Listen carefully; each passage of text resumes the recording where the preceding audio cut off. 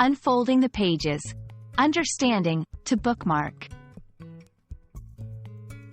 Hello, everyone, welcome back to our channel.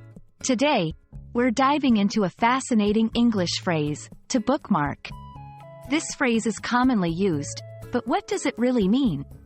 How can you use it in your daily conversations? Let's explore together.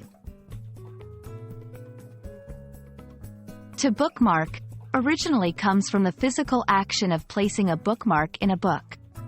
A bookmark is a thin marker, often made of paper, used to keep track of one's reading progress in a book. When you bookmark a page, you are marking it so you can easily return to it later. This action is both practical and simple. In the digital age, to bookmark has taken on a new, metaphorical meaning. It now often refers to saving a link to a web page in your internet browser. When you bookmark a website, you are essentially saving it for easy access in the future. This is incredibly useful for pages you visit frequently or want to read later.